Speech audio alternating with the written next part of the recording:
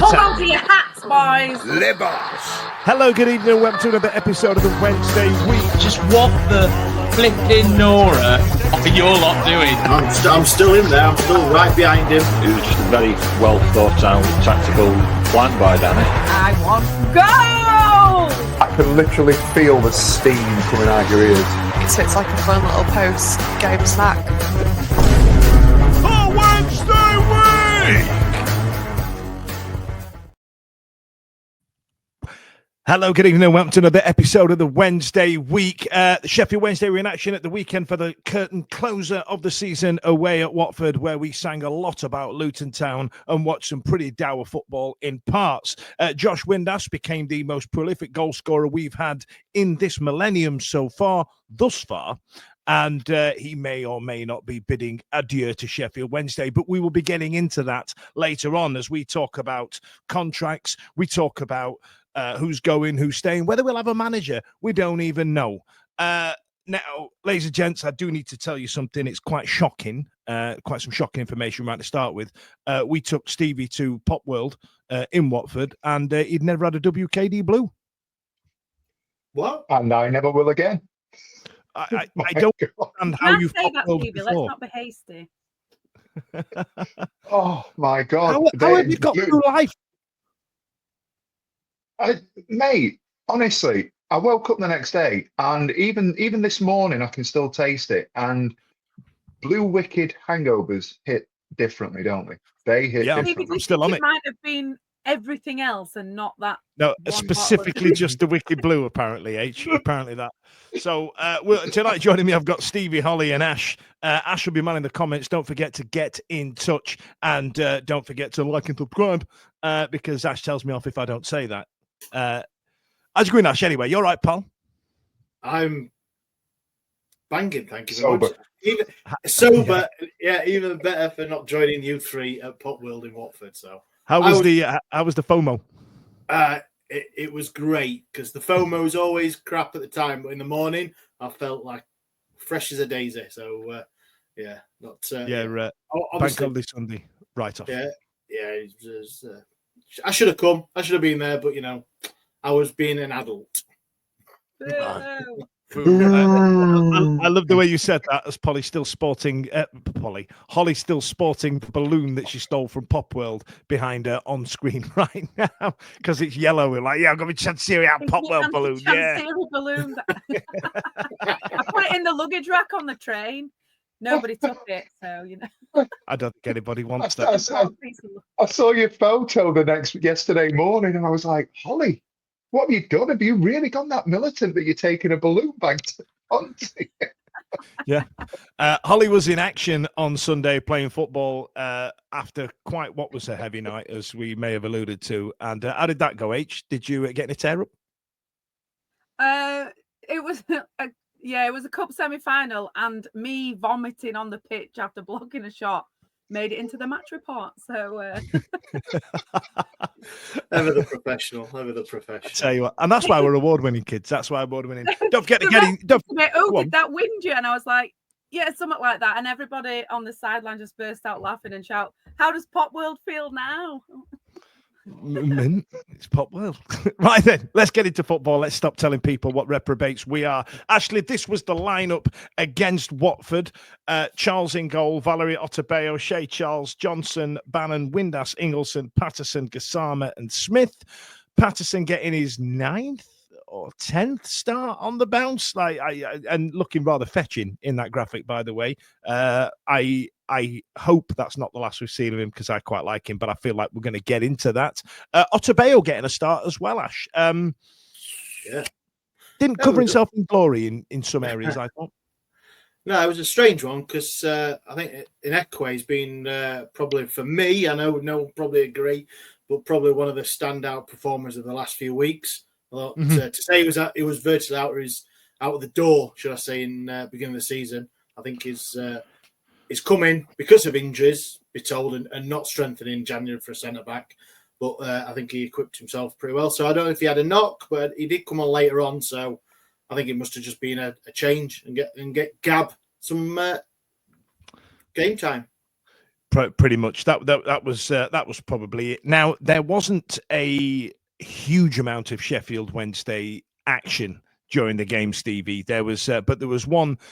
Josh Windass is chasing a record. If he got 53 goals, he'd have beaten Marcus Tudgay's goal scoring record for the club. And after a misplaced pass from their midfielder, I thought, "Here we go, kids!" And I was out with James Kay, used to play for the youth team and reserves and whatnot back in the end of the 2000s, and he was saying he's going to put a bet on for Josh Windass to score and get booked, because he thought if he scores, he's taking his shirt off. That's it. And as soon as this ball fell to his feet, we were out. You know what I mean? We were going to Vegas at this point, and it didn't happen, did it? No, and it was one of those. It was almost too easy, wasn't it? It's broke through and everything. The whole stars aligned. Misplaced pass, square, 20 yards out. He's put his foot on it. He's rolled it out. He's got all the time in the world. And at the moment that he's sort of approached the area, I'm thinking, is he going to slot it left? Is he going to slot it right? Please don't knock the skin off it. Just place it into the net. It's there for you. And he decided he was going to try and take the back of the net off, didn't he? And missed the target. It was about 4 yards over. So, yeah, at that point, you're kind of wondering if it's going to be one of those days for him. We'll get into him, obviously, getting the goal. I'm thankful he did. I tell you what, at that point, before we speak about the actual goal, I mean, let's get into prior Josh Windass, Hollie. I've been on a few opposition shows, and I think I've said it on this show a couple of times, that he's had his 5 decent appearances for the season, so that's him done. I've been quite harsh there, haven't I? I think I've really underplayed his prowess during the season, but I don't know what it is. Is he one of them players that pops up with a goal whose positioning and presence on the pitch isn't really there, or am I being really out of order? I think the thing, so like people always say, people like Liam Palmer or Jack Hunt or whatever, they're always a 6 or a 7 every week. Josh Windass has no 6 or 7s. He's a 10 or he's a 2. He's like, there's no middle bit. And I think, from my point of view, I think when he's bad, like, it's bad, and when he's good, it's good. I don't know if that's that he's more of an emotional player rather than else. That's how I would play, to be fair. But yeah, I really want to like him, and for some reason I don't, and I don't know what that is. It's not based on anything, and everyone keeps giving me loads of stats about how good he is, but it's just not going in, I'm afraid. I don't know why. I don't know what it is. And maybe it's the COD philosophy he tries to do or something like that, and thinks he's being really cryptic. Just sign the fucking contract, or don't, Josh. You know what I mean? Do you know what? Part of it might just be like a hangover, because I don't like his dad. And again, that's not for any reason at all. It's just I quite liked his dad. Play well against us, and like his dad just looked like some bloke from the pub, though. I kind of liked it. Like there was always the overweight lad on the Sunday League who had really good feet. You know what I mean? Yeah, Ash. Oh, yeah, no, to be fair, but in a footballing sense, he always used to play well against us. I don't really like Hull. So there's literally no reason for me to dislike either of them, but it's still there. Is Josh Windass the player that the eye test and then the stats? So people look at him, and I've been guilty. I think I'm coming round to your way, Dan. That I think I've judged him harshly. He's finished joint 4th in the top scorers in the Championship. So yeah, if you're a stats wanker and you like that sort of stuff, then there is that to back up. And in his interview after the game, he said that he'd been accused of being injury prone, but I think he played something like 41 of the 46 games or something daft like that. It is that black and white. But then the eye test, you look at him and he comes off at half time, or he's sulking, or when he does come off and he walks around the pitch at Hillsborough, he's not. He's looks like someone's just smacked his arse. So I think the eye test is different to the ability and the stats. I agree with that, and that is 100% how I judge people, to be fair, because you're all about the vibes. Popular belief, you don't actually have to give credit where it's due at all. You can do what you want, but yeah, I think he might be one of those people that they give him media training and they say, say all this great stuff about Wednesday fans and say all this.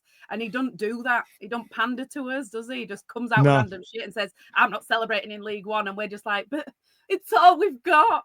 And we want just him beat to Fleetwood. Just say that we're great. Yeah, I guess it's that. Actually, let's get some comments out and let's talk about some other game incidents. Oh, excuse me. Matt Strickland, Windass has helped us out loads the last 2 seasons. Would be ashamed to see him go. I'll have to put this one up. Ben says you're spot on, Dan. So we don't like them ones, do we? Is he Windass is so stubborn that if he hadn't scored on Saturday, he would definitely be resigning. No, I think he'd have stayed. We should have stopped him. Yeah. Does that say resigning or re-signing? Because I feel like there's re-signing. Re-signing. Not resigning. Fraudulent slip. Yeah. Defo. Apologies. Defo. Yeah. And I saw did I see a comment from a United fan watching this? Welcome to the show. He's coming peace, to be fair. I chuck it up. Yeah, evening people, United fan here. I hope you guys get the chance to hear issues sorted soon and can push on. The Steel City derby deserve to be played at the highest stage in the Prem. I hope it all gets sorted. I agree. I'm all right with that. I'm all right with that. I'm all right with that. And okay, so Stevie, there was one where Pierce Charles tried to. This is not a slight on Pierce Charles, by the way, because I think his distribution is the best part of his game. I think it's genuinely incredible. However, at this point, he fluffed his lines a little bit, played it to their midfielder, and there was a heart-in-mouth moment there, wasn't there? Yeah, momentarily. And the thing about his distribution, totally agree with you in terms of the quality that he's got. And I do think he's for his size, and he's much maligned about that on this podcast, certainly by myself in recent weeks. When it's in and around his range, he's as good a shot stopper as you know we've seen in a long time. I do think he's got something special there. We've talked about that a lot. In terms of his distribution, it's quite unique. Obviously, he's equally comfortable left and right. You can see that, and almost plays like an outfield player at times, doesn't he? In terms of what he looks for, and you'll watch goalkeepers that will want to ping the ball high and long, and he can drill it. He can play long, driven passes out towards the halfway line. So when you watch him do it sort of on a regular basis, you become accustomed to it. And on this particular one, when the ball's come back to him, it's like he's tried to fizz it, almost like he's tried to fizz it into the centre circle, but ever so slightly just misplaced it. You saw the panic, and he went back early because I think he knew that he'd made the mistake. He knew full well he'd not connected with that properly. Yeah. But fortunately, he was back on his line to make in the end what was a relatively comfortable save. But for that first sort of 2-3 seconds, when it's left the Watford lad's foot and it's drifting, you're thinking we might be in trouble here. Do you know what, though? Do you know what? It is one thing that I will say, because there was a couple of games where he did do just a couple of misplaced passes, but he is straight on it. Even if it's not necessarily like it still goes to our player, but it's a bit of an hospital ball, he is straight there for the return ball. Like, he always recovers quite well. Whereas, and that's not to slag off James Beadle, he's just a young man trying to play his game. But like Beadle, if he makes a mistake, it's like, oh shit, and it just like, it's tough. And not just him, other keepers that we've had, if they make a mistake, they don't really recover well, whereas he always makes himself available for that next one if it's something that ain't gone to plan, which I think is really good, especially for a lesser experienced keeper. James Beadle, though, Hollie, isn't it weird how we've kind of, like, he was up here at one point, wasn't he? And then we're kind of like, yeah, he's probably done with us now. Go on, off you trot, back on loan somewhere else now. You know what I mean? It seems dead harsh. He's been great for us in some respects. And then something happened this season to him, didn't it? Yeah. I don't even know what it is. I feel like this is just me explaining how I get caught up in the moment for every single player and whatever the vibes are. Because at one bit, I absolutely love James Beadle. And now you're trying to get me to explain why I now love Pierce Charles. I've got nothing. I think circumstance. The circumstances of Pierce Charles going in will be quite harsh on James Beadle, and I think history won't remember James Beadle as a Sheffield Wednesday player. Sheffield Wednesday history won't remember him as fondly as he deserves to be, because let's be right, when he came in from Oxford last year, and we were in that dogfight of a relegation battle. He was outstanding, and we'll reference over the next week or so our Player of the Year, our Man of the Match awards for this season. And I think he's top 3 or 4. I'm not saying whether he's won it or not, but he's right up there at the start of this season. He was pulling off saves. He was in there. He was a pivotal player for us. It just so happens that when we got to that point in the season, when we were in the conversation for getting into the top 6, he made a couple of high-profile mistakes. The Coventry one, I think somebody just put a comment that potentially, I think somebody's put up. The Coventry game was the one, wasn't it? And it's Harpo Speaks has just put on Coventry game did for Beadle. I kind of agree with that, and he didn't leave Röhl necessarily anywhere to go with it, and I think that's kind of harsh. I will remember him more fondly, as I've said, than certain people will now, sort of talking about it, and it was really sad to see actually. My one memory of the lap of honour or whatever you want to call it last week at Hillsborough, Beadle didn't stay out for it. He did 5 minutes. He went round to the north, and as soon as he could, he was down the tunnel, and he's going to leave us after 2 years of decent service, and he's going to go on and have a really good high profile career in the Premier League. And I don't think he's going to be go on, sorry. Sorry, I was going to say that. I was going to say, where do you think he'll end up next season? So that'll give a barometer of where the other people think that Beadle's at and his time at Sheffield Wednesday. Because if he goes to a League One team, I'm not saying he will, but then do you know what I mean? That will how he's how he's performed at Sheffield Wednesday will get his next loan, because obviously he's not going to stay at Brighton. I would not think he's going to be a backup next season. So where his next loan is it going to be his top end Championship? Is it going to be League One, or is it going to be abroad? So I don't know. Probably Leicester. It's that sort of ilk that Dan's just referenced Leicester there. It's that sort of ilk of team, isn't it? I mean, I think the Leicester goalkeeper is actually quite highly regarded, but a relegated team coming down, a team that's flirting with the playoffs going, and it doesn't go up. Ipswich is a perfect fit for him. I think they're going to find it tough next year. Whoever needs any of those sort of teams that need a goalkeeper, yeah, absolutely. But what you've got to remember as well is we're talking about a player here who has been keeping, all right, Trafford, I don't know if he got Player of the Year or not, but he was nominated for it. James Beadle was keeping him out of the England under-21 team. And we can argue politics and circumstance. He's that profile of goalkeeper, and it just so happens that he's ended up dropping his arse against Coventry, and that's left him where he is. And I don't know, the other thing, I don't know if there's, appearance fees. Has he been left out of the team because we have to? And there's probably a lot about playing our own. There's probably something about playing our own keeper as well, though, and bedding in Pierce Charles and all the rest of it. There's all that on the back of the Coventry. I think it's been a perfect storm of getting dropped, which is a difficult thing to talk about.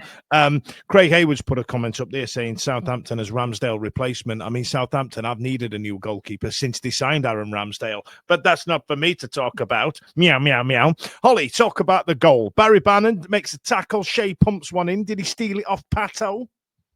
Do you know what?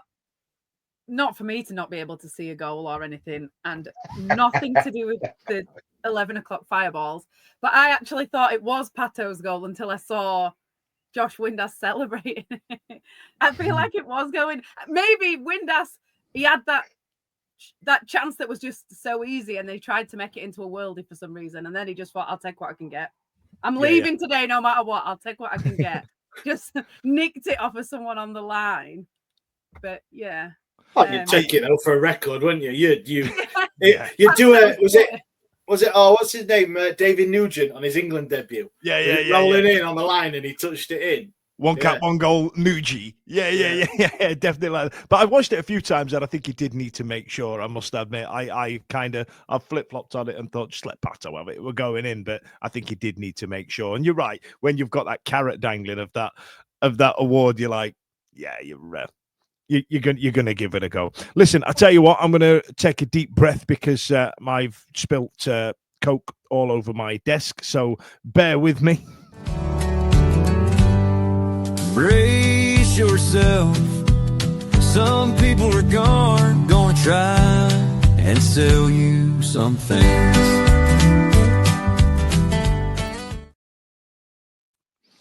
everything's all sticky. So right then, let's get back. So Svanti played a beauty of the ball into the box. Gassama makes no real attempt to get the ball, opting to chuck himself onto the floor. Ash, what we had on Saturday was another frustrating performance from Jeddy Gassama, who has been playing shit of late, and and it's doing me head in. He is making no attempt to stay on his feet, whereas when he hit that rich vein of form in the middle of the season, him staying on his feet was the best part of his game because he was getting kicked and smacked and absolutely smashed all over. And now he's going, I'm just going to hit the deck. This one in the penalty box was a joke. It just reminds me when he first came and started. He was very lightweight. He went down easy. Just no attempt to stay on his feet. But frustrating. I think he just wants a break now, doesn't he? I think he's played a lot of football. He has been like manhandled quite a lot on the pitch. So, I think he was just waiting for the 90 minutes to tick over, and I think he's going to get himself on holiday, rest, recuperate, and hopefully see him back next season. So, yeah, it's frustrating because he has been good, but over the last, 6-7 weeks maybe, he's not performed like he had done. But then again, 99% of the players are the same, aren't they? So, well, on the flip side, Svanti has bookended the season of mediocrity with them two performances. I nearly got my Sweden shirt back out. He was good. He was very good. He was very good on Saturday, which is dead odd because you're right. He bookended it. We thought we'd got a mega player. In fact, Liam Palmer in the summer before his testimonial told us that this kid's fantasy is going to be something special, and it came out and we were like, oh my god, he's amazing. And then flatlined for an entire season. Then at the end of the season, just boom, there you are. It's another Svanti Ingelsson masterclass. Stevie, let's talk about the Watford goal. They were on top for a long time. And I think when they scored, we were doing the Deschamps Bernard chant for some reason. I don't know why. I completely missed it and I had to watch it back. Otabeo didn't really track his man, did he? I think he got caught square. As a centre half, he's positioning where it right. I'd actually, and I'm going to say it, and I hate saying it, I'd attribute it more towards Marv than Otagbeo. I think the lad's drifted off Marvin Johnson. I think Marvin Johnson needs to tell Otagbeo that the play's running. It's made him look like a bit of a dick because the guy's just drifted straight away. But Marv, as soon as it goes through, if you watch it back, Marv puts his hand in the air as if to say he's offside. He doesn't realise that Gassama, I think it was, his left back. Marv's in no man's land, and Otabbeo's there. And I don't know, we might have coaches that'll listen to this and say we're talking absolute nonsense. But for me, Marvin Johnson could have helped Otagbeo a bit there. Otabbeo's got to do better. But I think if Marv gives him a shout and just says that man's running towards him, I'd expect that. And we talked about us playing, standard football. If your player's running towards you, you've got a man running into your space. It doesn't take ability to just say, right, he's shifting, he's drifting into your area. Be aware he's on your left shoulder, he's on your right shoulder, wherever. Having said that, once he's got through, he did what Windass didn't, did he? He's at the target. Yeah. I think the worst. To be fair, I thought he took it well, but he didn't though. Like if you look at his first touch, it's shit. It's a really terrible touch, and then he still had time to trap it and place it home. Come on, bro. Is anybody up his ass or what? Is anybody? But middle of the last game of the season, Trent can't hold anything back. Ash, let's go for some comments, shall we? Yeah, why not? That's what it's all about, isn't it? Yeah. We're recording, Ash. We're live. Hello. What I will say is, whilst we were talking about Gassama being a rich vein of form, I think Marv is in the opposite of that at the moment. He's certainly not in a rich vein of form. There is a comment here that says, careful, MJ will be in your DMs. I'm just treading on your toes now here, Ash, aren't I? You give me a job. Let me do the job. Jeez. It's all right for you. Hungover, don't care, do you? Professionally, yeah. I didn't have a drink all weekend because I knew Monday night got a job on, got a big show. Yeah, that's why you stayed off the beer, is it, Ash? Because Monday night, yeah. That's it. Andrew Osborne says MJ at fault for me. And Ben says, be careful, Steve. Oh, this is what you've just referenced, Daniel. Be careful, Stevie. Marv will be in your mentions. That's you can at me, Marv, if you want. Well, look at that flutter of the eyes as well. Then I'm not throwing. It makes it sound, when you're critical, it makes it sound like you're throwing shade, and I'm not. I'm trying to be objective, and it was just my observation. However, what I will say is, it does feel that he's been the victim of such comments quite a lot over the last 3-4 weeks. So, was there a shout for offside or not? No. Could we see it round the corner? No. I'd have appealed for it. I'd have had my arm in the air. I'm not running. He did. He appealed. He appealed. Play was still in front of him. I'd have done exactly the same. And then gone nuts. A bit harsh, this. What's that? Get Ash subbed up. Ash, no. Ash is on the beach. Look at this. Yeah. Jeez. Yeah. I know. Ash is on the beach. Oh, brilliant. Come on, kids, that's play Sai. Brilliant. Yes. Simon's been in Turkey getting a Brazilian butt lift. Right. So there was another Otabeo area error as he clashed with Charles, who made an excellent stop. Kayembe tries a long ranger, flies to the left and upward, ballooned it. Valerie received a ball to pop a beauty across to the edge of the box for Kabatsky. This one for me, Stevie, was dreadful.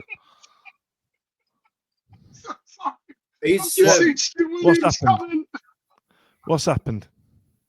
Stu Williams. Stu Williams has been on and said, bring him off for John in portrait mode. I'm so sorry. I'm trying to move on here. Kids. Sorry. Apologies. Go again. Sorry. Right. Valerie receives the ball to pop a beauty across to the edge of the box, and Kabatsky missed completely going on the inside. He just fucked it up. That is a shitty miss, that one, isn't it? Yeah. That's someone who hasn't played for ages, isn't it? That's someone who's not much sharp. Anyone else, even if it just hit them. Apart from it's the kind of chance that you get. And when you talk about people being on thousands of pounds a week, there was no difficulty in terms of technique there. He's just got to hit the target. He's got to set himself right. He doesn't even have to put anything on it, just offer the surface. And when he goes, he offers the surface and he puts it a yard wide. He did everything right. He was in the right place. Valerie played a beauty to him. Kept it down. That's where he needed to be. Christ. Yeah. Oh, that one annoyed me. And anyway, I think I wrote sends a Giltez chance wide of the post. Crap is what I wrote. That's what the notes say. So that's where I've gone from there. Now the game finished 1-1. However, notably, Josh Windass did score the 53rd goal of his Sheffield Wednesday career to be our most prolific goal scorer. For somebody who doesn't play in an out-and-out goal scoring position, is pretty impressive. In spite of what we said about him about 10 minutes ago, Callum Patterson got himself the assist, who is just genuinely one of the most photogenic people in the world. I think I'm really going to miss him if he goes. And these are the statistics that Stevie put together. They beat us. But at half time it said they'd had 10 shots. And I know I'd also had 10 shots by that point. I was going to say, how many were you fielding? There is no way that they had 10 shots in that first half. That did not happen, did it? Who made this up? I don't know. What were you doing at half time, H? I just had a little snoozette at half time. I just had to close my eyes for a little bit just to reassess. Just rested your eyes. Yeah. They had 5 shots in that period. And they're calling for me to be subbed. They're very professional. She didn't even watch bloody game.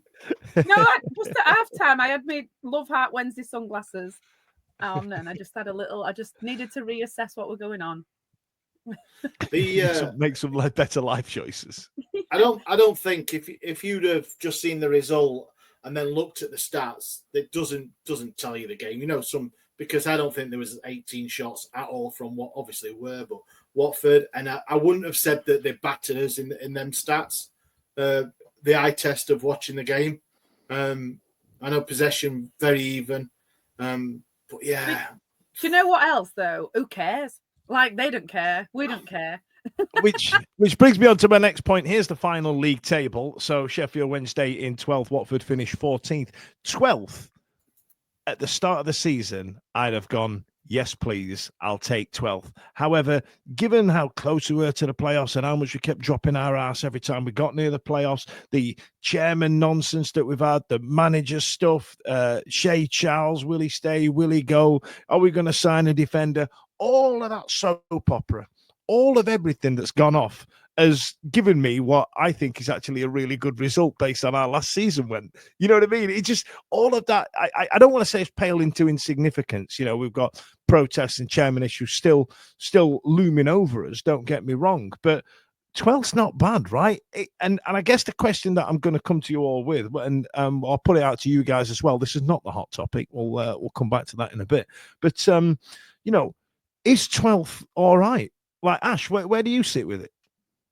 I think start of the season I said something anywhere between 10th and 14th, so I got it spot on. I'll take that, and I'm happy with that as progression. If you take on last season, but like you, Dan, being 2 points off in middle of January playoffs and not pushing on from that is a little bit like the club have let themselves down for whatever reason. And there's multiple reasons that in January there may be things happen.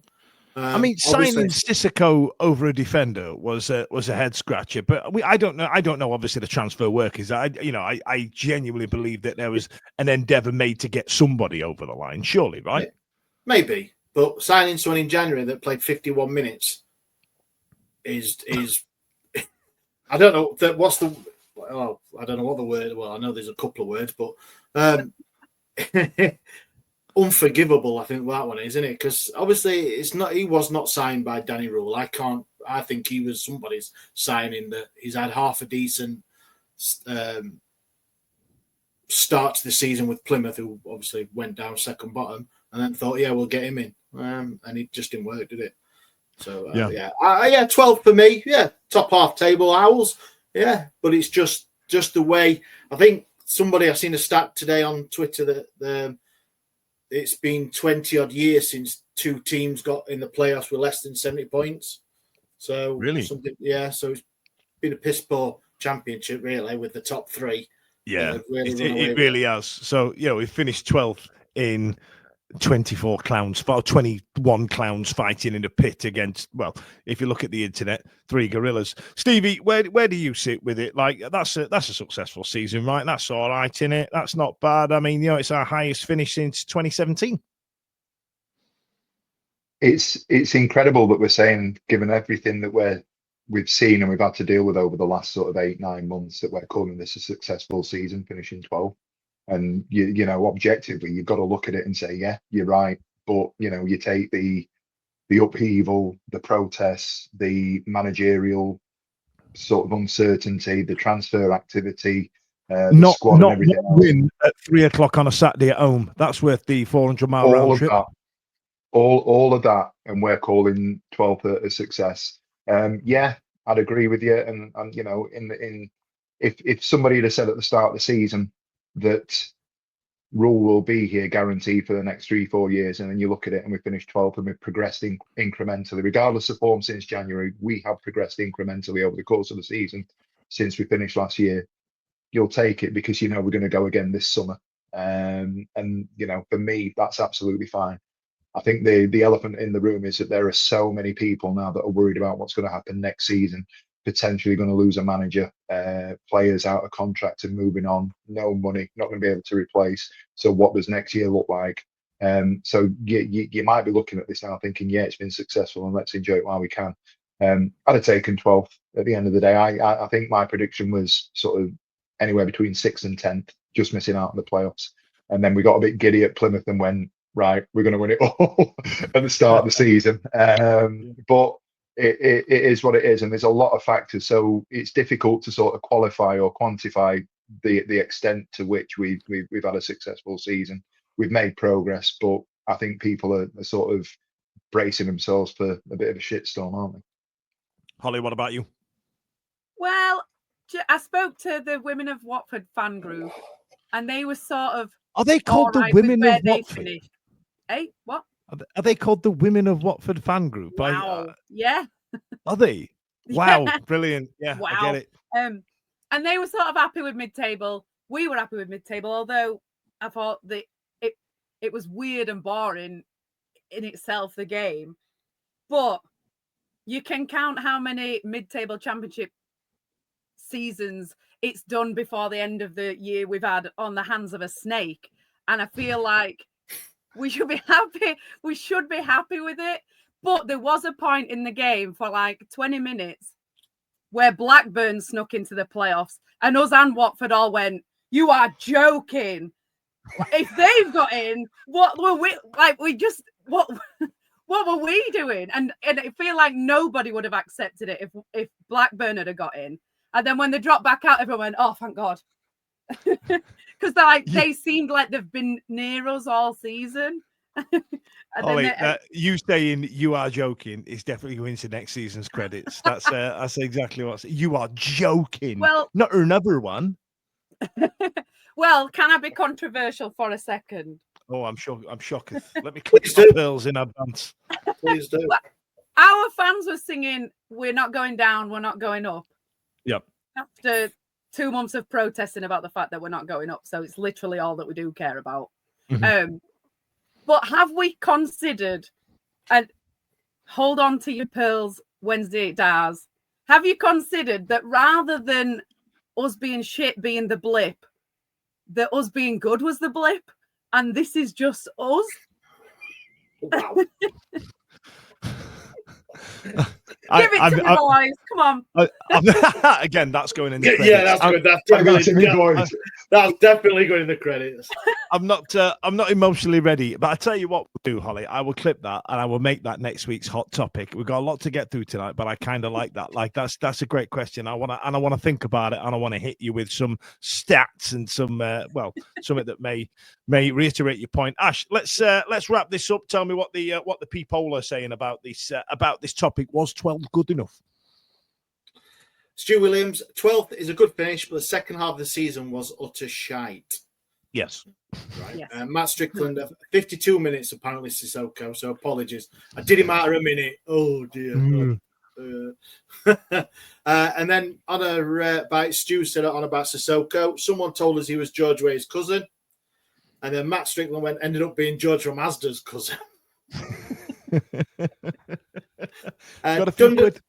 Thunderbird, perfect season to invest in January and take it by the scruff. Another season compromised by a January Chancery failure. That's a mouthful, isn't it? It's a January chance. January. Go on. Yeah. Chef Cam would have taken 12th before. Happy with it now, but the gloom cloud looms in. Well, exactly what you're saying. You guys saying. And there's been a lot of love for the club Wow. Club Wow, Women of Watford. Kind of like that. I feel like we could have gone with Women of Wednesday and completely stolen that gag, but let's get Emma and Beth on. We'll get them on next week, get them told off. And the game finished, and we had this photo that seemed a bit final to me. I kind of like the photo, and you can see my blue T-shirt in the back there behind the Nanas. The away day outfits were doing great, and there was actually 4 lads dressed in a Cool Runnings costume with bobsled. And they had it round them, and they were with a geezer who was on crutches, and they were kind of stood next to him trying to get down the stairs. And JK turned around to me and goes, "He's probably just fallen out of that bobsled. That's why he's on crutches." And I spurted water from my nasal cavities, so that's nice, isn't it? Let's move on to the man in charge. So there was a lot of chat about Danny Röhl's post-match comments. He said, "I think after the game today, I had a view of my last 560 days at this club to look in their faces. How will they, the fans, call my name? It's always special. The heartbeat of this club are the fans. They're always there. I have never had a negative experience with these fans. Always positives. We don't know what happens in the next couple of days. I know what I want to do. My picture is very clear, but it's also part of the decision making of the club." He takes a look straight down the camera. "I will not forget this place. It doesn't matter what happens now, to have such a relationship so quickly, such a belief, such hope, such a respectful togetherness. I kind of expected this when I took over, and it will be part of the bottom of my heart." Ash, that sounds all a bit see you later, doesn't it? It does, but he did leave a couple of carrots in there, didn't he, just to keep you talking about it, and which we are doing. So yeah, it does seem it, and I'm led to believe that he did get on a flight straight back to Germany to his family straight after the game, which I don't blame him. He's had an hard season. He wants to get home to his wife and kids. I got no issue with that. I know some people and bear in mind, he probably flew from Luton Airport actually as well. And they get battered everywhere they go. Instead of driving all 3 hours on a coach or whatever it is up to Sheffield to then get over to Manchester or whatever. Yeah. So, it does. And I think there's been a lot of speak over the last few weeks about his position. He's still contracted. And we know what Chancellor is like with contracts and negotiations, isn't it? So, you won't, well, it won't be a surprise to see someone going on gardening leave for the next 2 years.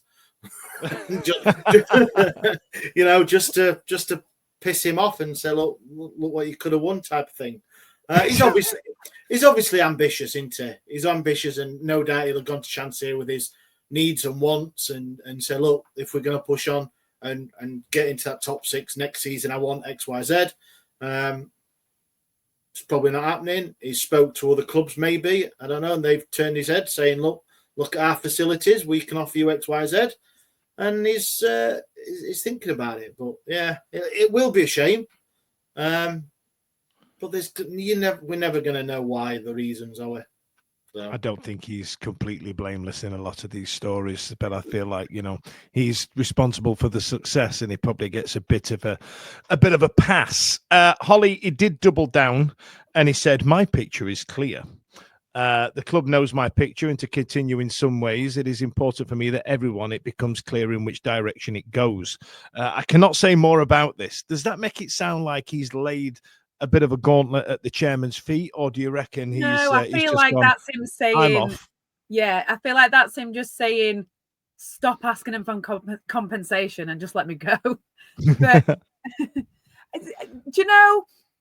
It has been brilliant, and I have loved it. And yes, he is the best manager. Although that is the other managers that we've had before him were picking between a shit and a turd. So it's like it weren't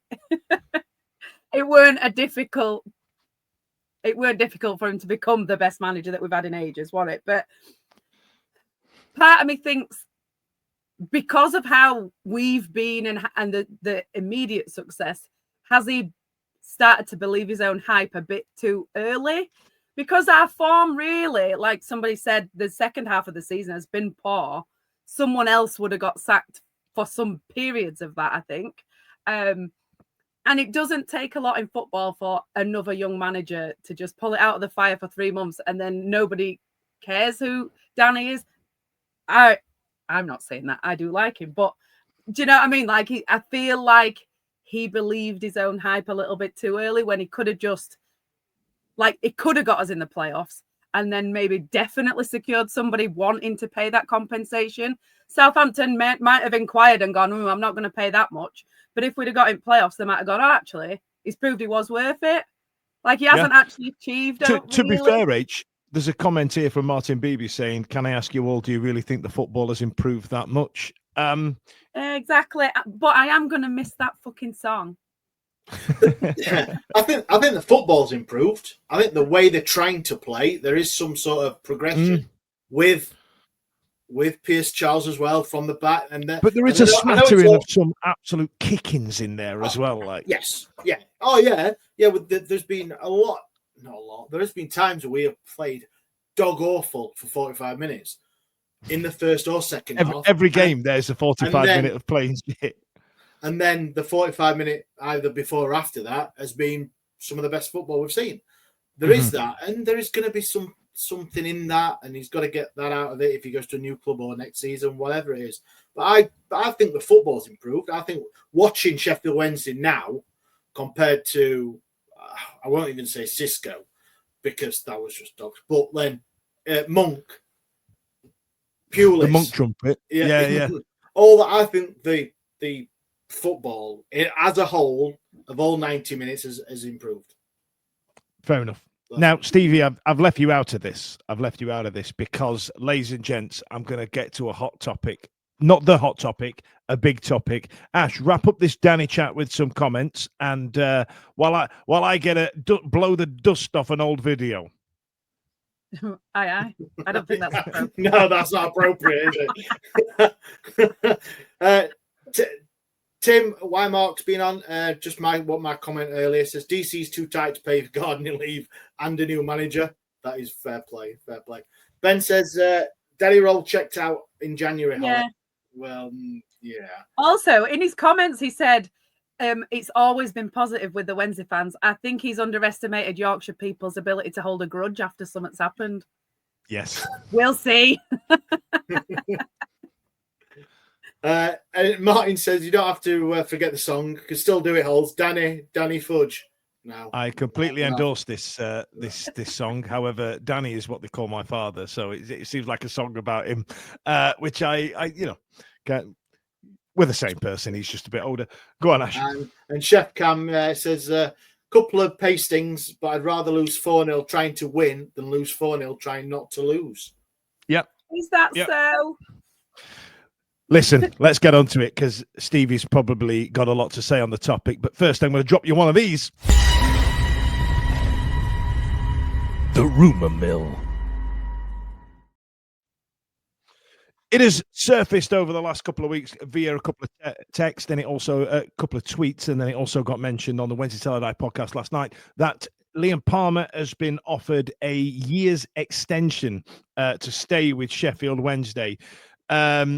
Me personally, I feel like why, but I feel like Stevie is going to try and convince me otherwise. So, Stevie, the floor is yours. Tell me why this is a good idea.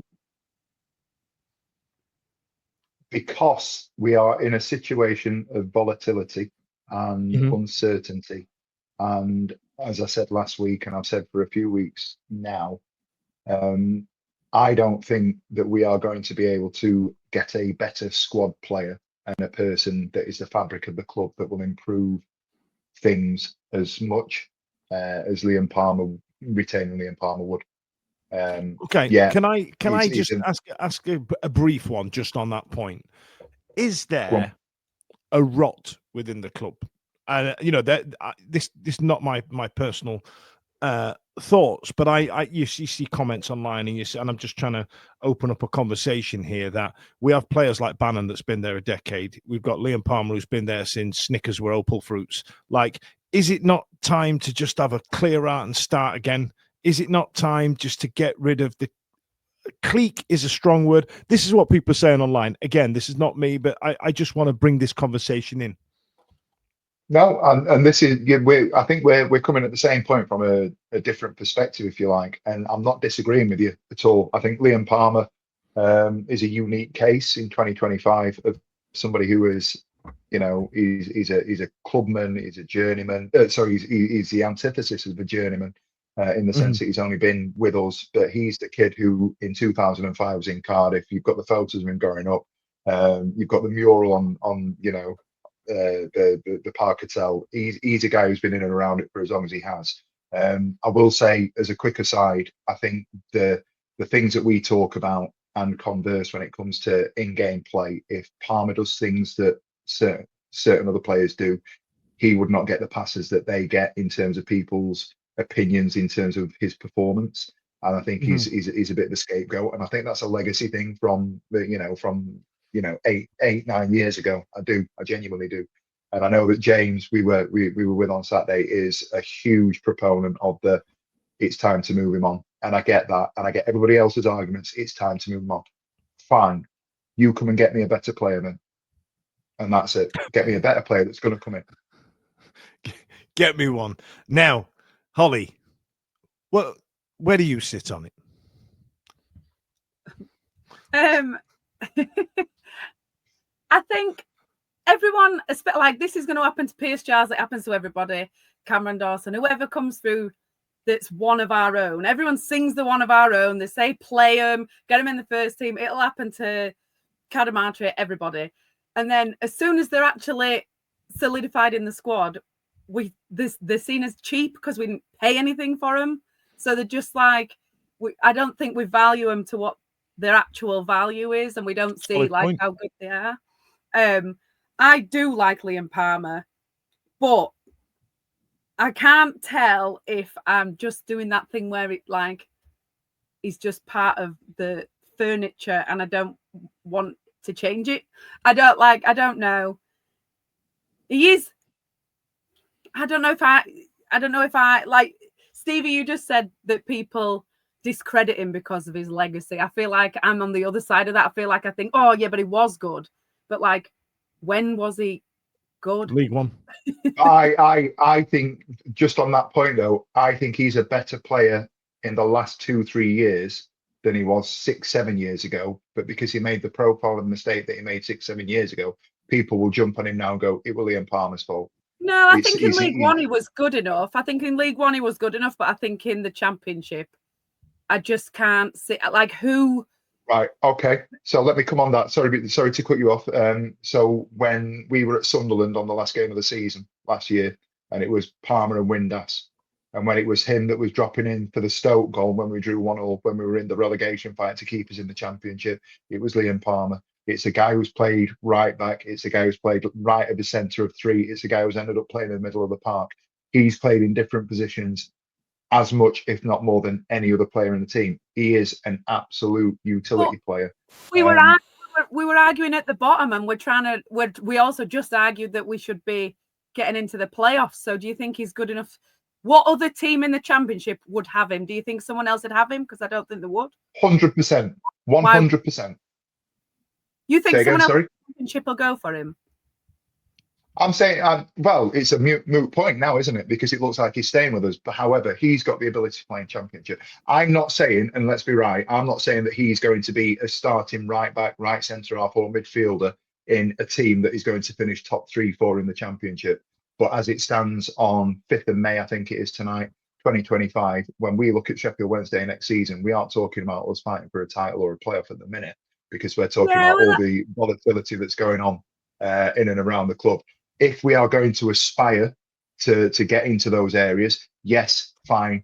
I'd give him another year and say, right, you're going to be that squad player that might do the job that he's done this season and keep him in and around the club, and let's see it out. However, what I would also say is we aren't in that situation at the moment. We don't look like we've got a manager that's going to be here next season. We don't look like we've got money to throw at the club. We don't know where we are in terms of what it looks like. So if we've got somebody who's loyal to this club, who's a Sheffield Wednesday fan, who knows the place and is highly regarded by young players and current players that are going to be here next year. But like, did we not keep hold of Lee Bullen too long for that same reason? And what value was he actually adding towards the end of that? I think we cling on to these people too long. Other teams don't do that. They don't care. But we weren't, and then they go, with Lee Bullen, we weren't in that situation where we flirted with the playoffs and we were looking at it and we had Danny Röhl as manager. And we were going at it, and I've just seen Stu Williams gone, look what you've started. I get it, Hollie. I totally understand. I wouldn't put Palmer and Bullen in the same conversation. I wouldn't, because of where they are. What I'm trying to say is we need to either lower our expectations and keep him, or understand that we aren't pushing for titles, playoffs, and everything else. He has a place in this squad because we need to lower our expectations for this squad next year. Ash, go quick, Ash. That was good, by the way. That was excellent. Can I just say something? I think what it's been reported that he signed a 2-year contract last year, not a 1+1. So I think that's the question.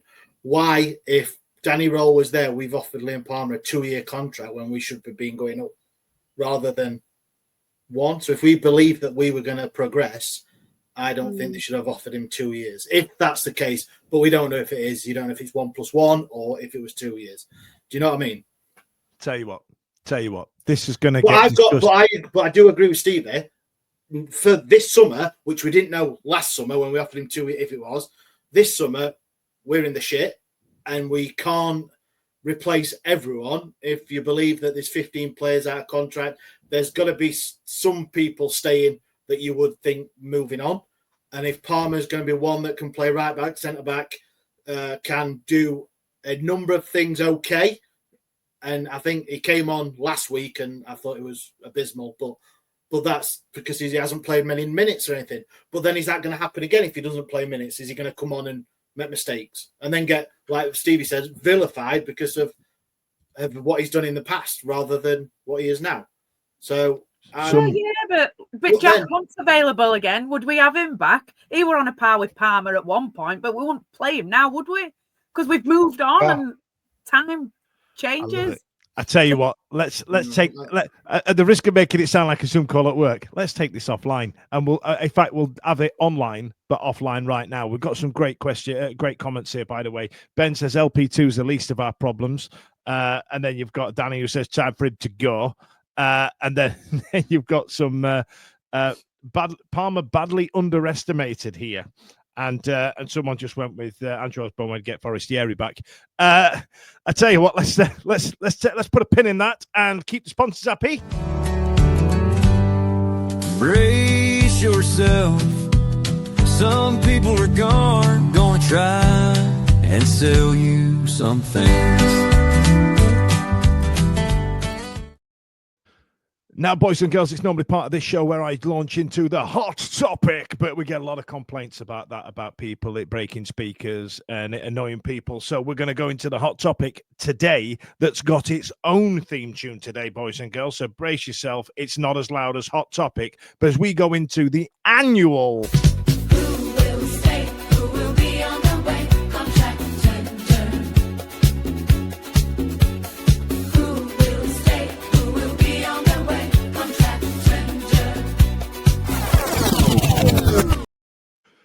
Yes, boys and girls, it's Contract Tinder. It's that time of the year once again. That's the first time Stevie's seen that, and I think we're going to lose him for the next couple of minutes. That's the exact same reaction I had when I first saw it.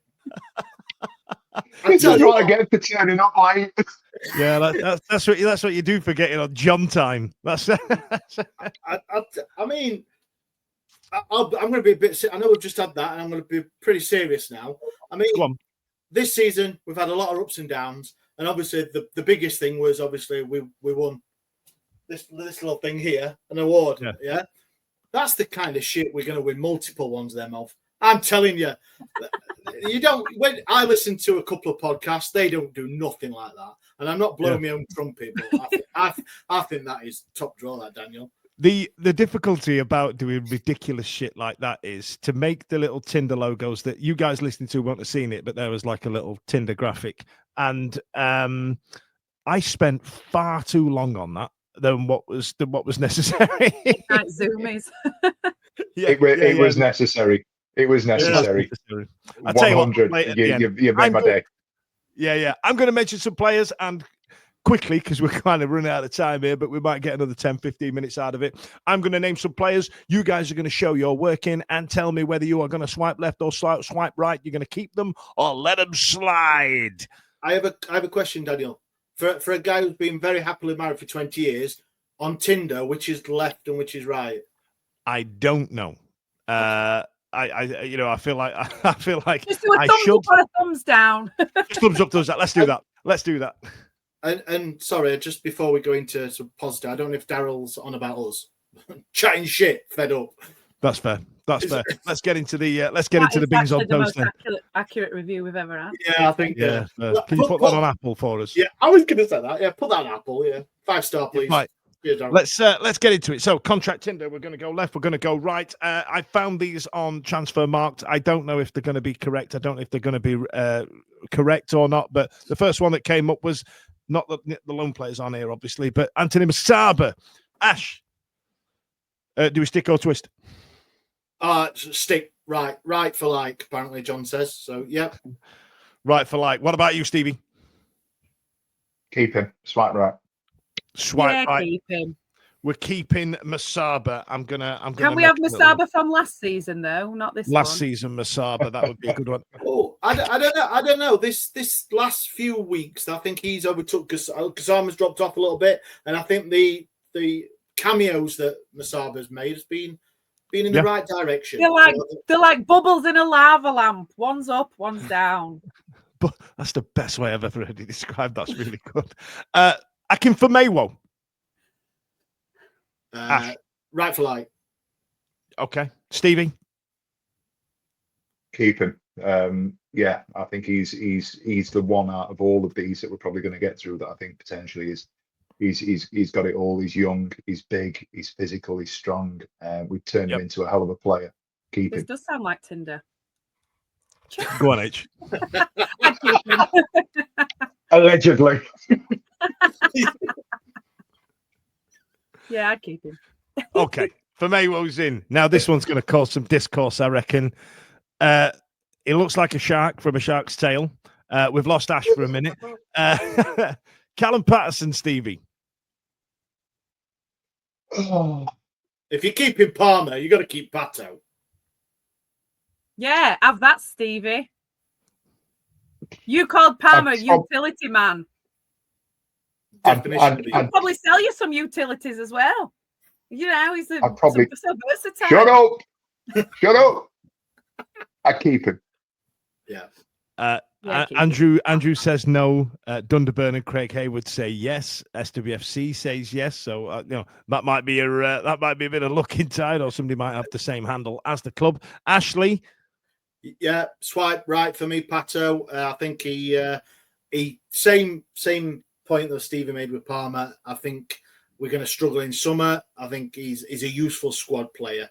And actually, like you said, he started the last 9-10 games and he's done all right as well. He has. So for me, yeah. And he's, what is he, 30, 31? I don't know the ages. I don't know anymore. I don't know how I people don't think look it's at a old. certain age. Oh, definitely then if he's late 20s. Yeah. And then we've got Hollie. I don't think I'm going to ask you about Callum Patterson, if I'm honest. I'm going to come straight to you with Paul Valentin. No. Ooh. Get rid of him. First thumbs down. He's cute though, but no. What about you, Stevie Paolo? One trick. Yeah, I'd let him go. Let him go. I think the first one for me left. He can only offer 60 minutes of any game, can't he? And he's, like you say, he's got the pace, but he's got nothing else. Bit suspect in defending. So, yeah, unfortunately, yeah. Fair enough. Michael Smith, Ashley. Yeah, he's got to go. Yep. 34, I think, big time season starts. And I know he has offered stuff this season. I know he has, but yeah.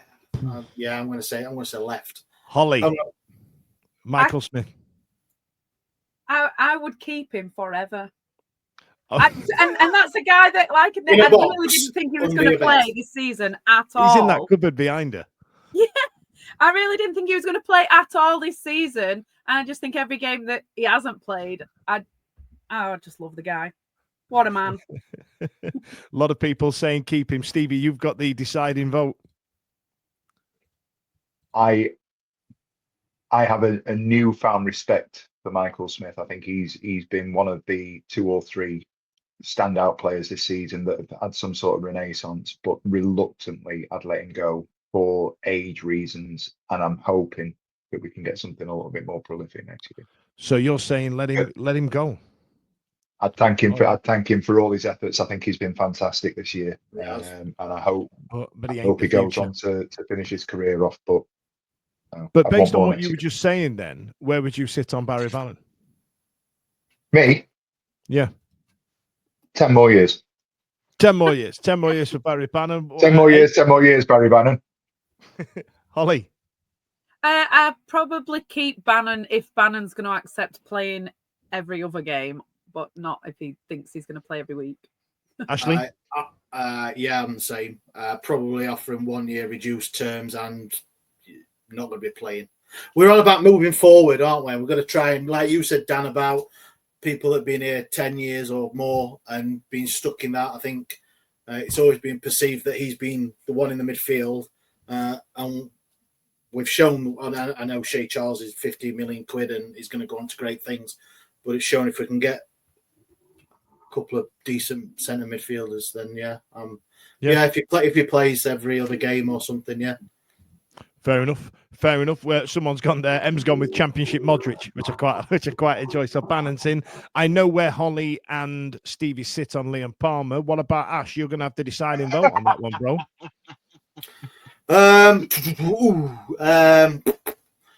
I don't think we've got a choice because it's 2 years, so he's here. So I think it's a Cop out. I would say exact same. Probably he's here for shits and giggles and not for much game time. Oof. Craig A was gone with a thumb down as well. So we're going to keep him. And last one. Oh God, I've not done well with this list. The last one, Hollie, Marvin Johnson. Well, it might be time for my campaign of him being my future husband to end, I think. But I also think, also if Windass leaves, I think it breaks the seal on that group of them. So I think they'll all go.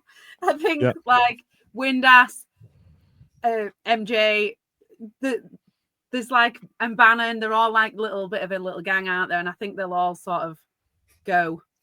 But for personal reasons, I'd keep Marvin Johnson, but probably let him go. Stevie. Thank him for everything. Reluctantly see him on his way. Ash. Yeah, unfortunately, I think last season it was a bit of a saviour, weren't he? I think he came in from the cold. We mentioned it on the podcast a couple of weeks ago. Did incredibly well, but I think this season, especially towards the last couple of months, he has gone backwards. And yeah. I think he loves the drama of it, doesn't he? When he's like the chips are out, bring him back from Dubai, I'll show you. And when someone goes, you can play every week, Marv, we believe in you. He's like, oh. No, not bothered. Not bothered.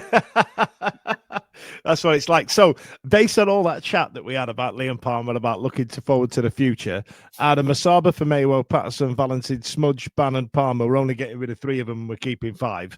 And so, Paul, Smudge, you got rid of Smudge, you rat bastards, and MJ. Thanks for the memories. However, I don't want to end it on a sour note, so you're getting this again.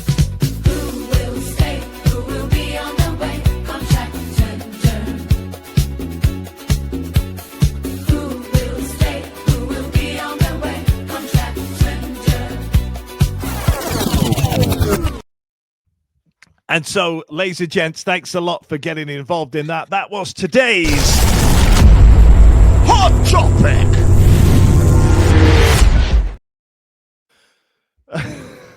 What's Cy Hodgkinson saying? What's he saying? Don't know if I've missed the TWW loving, been sat in my pants watching Sam Hutchinson's Wimbledon goal on repeat. Anyway, thanks to all TWW for your amazing podcast and being even better people.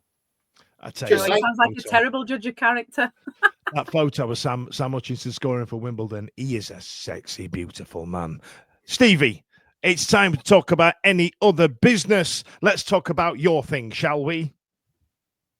Oh, yeah, let's do it. I'm trying to get over the. I've just seen Liam Palmer's hobbies, by the way, on that contract Tinder. What did I write on that? Wearing Stevie's pajamas. Yeah, wearing Stevie pajamas, yeah. Okay. Totally thrown me. Sorry. Right, breathe. 30th of May, good mate of mine, good friend of the show, friend of the podcast, Simon Speakeasy Clark, is running one of his Speakeasy Club bench walks. We've long been an advocate of the stuff that he's doing. On that morning, I will be getting up at ridiculous o'clock and starting at Pride Park with him. We've also got Jabo, who's in the LMS chat, and Stu from Lensgo is going to be getting involved as well. There are opportunities I will share with our on our socials as well for people to sign up and get involved. But it's a 45-minute. We just leave that graphic on the screen. It's a 45 mile, not minute. That'd be great. Walk from Derby County to Hillsborough. So we're setting off at 4 a.m. Sorry, does that say start at 4 a.m.? It's a start at 4 a.m. We'll be setting off at 4 a.m. And the aim is to walk the charity to raise some funds and to raise awareness for the fantastic cause that I'll sort of advocate for over the next few weeks. Derby County to Alfreton to Chesterfield to Sheffield FC to Sheffield United to Sheffield Wednesday. Our aim is to get to Hillsborough for 8 p.m. on Friday that night. It's going to be a long old day with a lot of walking to be done, but it's all for a great cause. It's all for the fantastic work that Simon does through the Speakeasy Club, sort of just raising that awareness and encouraging people to have those conversations that are quite difficult at times. But yeah, he's a great bloke, salt of the earth, massive Wednesday fan, even though he's down in Cardiff. If we can get some support for this, it'd be absolutely fantastic. Fair enough. Now, there are a couple of comments I just want to address. The first one is John Wakefield saying, how did you miss Windass, or did I nod off? He was part of about first 10 minutes. If you go back, there's a lot of chat about Windass. And then Ron's been on and said, came in late, have you mentioned Despot Chansiri rejecting buyout offers? I've heard about him rejecting offers from Adam Shaw, and I think we discussed that last week. And anything else, I've not really got anything to report on, I'm afraid. I don't think there's any other news. Go on, Ash. It was last Monday, weren't it? I was at the Price of Football podcast. That's right. Live recording at Rotherham United's ground. I was in there, and there was a guy who comments a lot on our Facebook, Adam. He was sat in front of me as well. But then we came to the section of Sheffield Wednesday, and there's bits and pieces, and there was a voice from the back of the room, which happened to be Simon with a Y, 1867 News. And they came on to some sort, I don't know how it come about, but there was about rejecting offers, and he said it was £43 million that was rejected, but then Chansiri came back with 120 million, I think he said, which, yeah, so obviously that's only come from Simon, and he he announced that to a couple of hundred in the room, so I've got no reason to not, I don't know why he'd say it if it weren't true, so he must know. So no, first, so Simon that's what says it's gotta be true. Simon says it's got to be true. But you know those. Have you ever seen those programs where like you've got the protagonist who's trying to raise money to keep the local community centre open? Like that's what that. This is going to sound ridiculous. That's what that bid seemed like. We've got 43 million together, Dapon. Can we have the club? Yeah, of course you can. Know what you're going to do next month? You know what I mean? I feel like there's an element of that. Like we've kept the community centre open, and what are you going to do when the bill comes next month? Are you going to have another fundraiser or a topless car wash? That's how it works. Apparently, I don't know. I don't know how these things work. I'm just reporting it. I'm being facetious. But none of these values mean anything to me. That like amount of money. 40 million, 120 million, it's all the same, innit? I don't know what that means. It doesn't mean anything to me. I think that's the bit, Holly. I don't know what it means, because we valued our own ground at 60 million and got in trouble for it.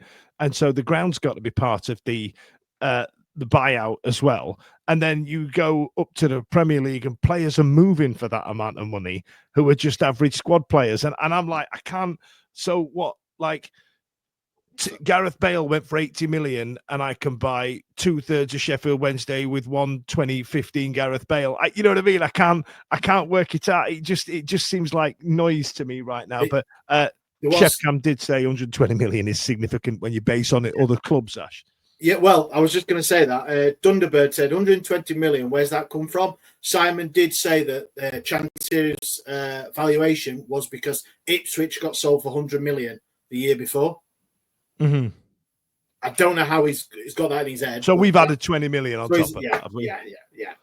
Okay, so that plus some, you know what I mean? And it's the seller's market, isn't it? I suppose. Whatever you want to sell it for, if they really want it, they'll buy it. That's how it works. He gets to pick how much it costs. Pretty much. Like we don't get to go, well, I'll give you a tenner and a Freddo. Like it have you seen how much Freddos are nowadays, eh? Exactly, they're 120 million pounds. 120 million. Stevie, talk about the player of the year. Yeah, so each game this season, we've been running Supporters Player of the Year on the podcast. So every Saturday, I put a poll in the group chat, and we argue for what feels like 36 hours about the best 3 players of that game. There's no foundation for it really, other than us bunch putting our votes up, and that poll goes out the next day or that evening, and you guys will vote for one of 4. So it'll be person A, person B, person C, and I'm going to get the Ash's gripe out of the way. We also put comment up, and I think over the course of the season we've had about 7 People comment somebody People different like than pressing us. buttons. They don't want to be writing replies. They just like pressing buttons. I don't want to tell you that Barry Bannon were great this week and you've missed him out, is basically what happened. So they just go, person A. Anyway, the votes have come in and we've compiled them. The way that it's worked is that we've given players a score out, a point. So we've given them 10 points for winning. We've given them 5 points for coming second, 3 points for coming third in that poll. And then if you got more than 50% of the vote, you got 2 bonus points. And it's given us a league tally for the players all the way through the season.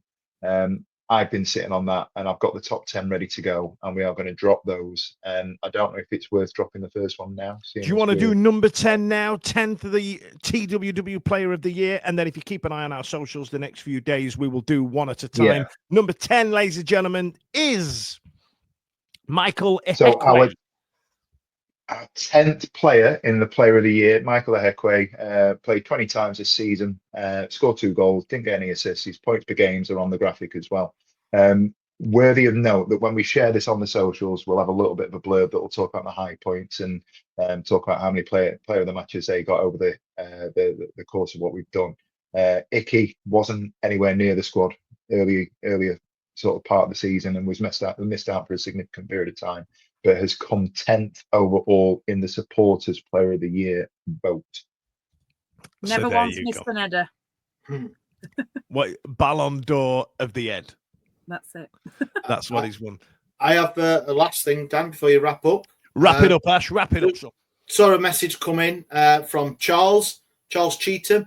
The season's over, and I'm just discovering this for the first time. Where you been, son? Where you been? Hope you're back for next season when we'll be going up. Like and subscribe. Please do, Charles. Yeah. Charles, I was in my 20s when I started this show. That was 52 Botox appointments ago and about 6 trips to Turkey. Where have you been? Where have you been? We have had a couple of Leeds United supporters on as well. Obviously, listen to the Yorkshire White Rose Rivals on a Thursday night that I do. So we've got Richard, Evening Ash, just go get an American consortium. Because just go get one. 10 a penny, aren't they? Yeah. MOT, which I'm not going to say what it means, but we all know. PS, congrats on the Easter egg collection for charity in Sheffield. Nice one. Cheers, thank you very much. Nice. Yeah. There's a lily white bin on that. That's fair play. Listen, thank you so much for joining us this evening. And this will be, I don't think it's going to be the last time you're going to hear it, but I feel like we're on the vinegar strokes now of listening to Simon list out the social medias in which we share this podcast. I want to keep it, but we're going to have to do a rebrand in the summer at some point, kids. So I feel like we will do a poll at some point. Do we keep Hollie in screaming, put that on your podcast? Because that's been a staple now for 3 years. So, we'll put that out at some point. But listen, thanks a lot for joining us. Ash, Stevie, Hollie, that's the main season over. We've got a show next week talking about the end of the season on the whole. Ash is planning something pretty fucking special. So it's for the last time this season proper. It's the last time for me to say, see you later. Every week, live from 8 p.m. It's the Wednesday week, bringing you football analysis. He came in. I think he scored a goal. Bringing you banter. Yeah. Bringing you responsible life hacks. Met you wonderful souls at 10 a.m. for some shots. The Wednesday week. 1, 2, 3, 4 live. Available on all social medias. Obviously, this goes out on YouTube and as well as all the other social media out there for podcasts, etc. The Wednesday week 24-25 season. Join us. Put on your podcast.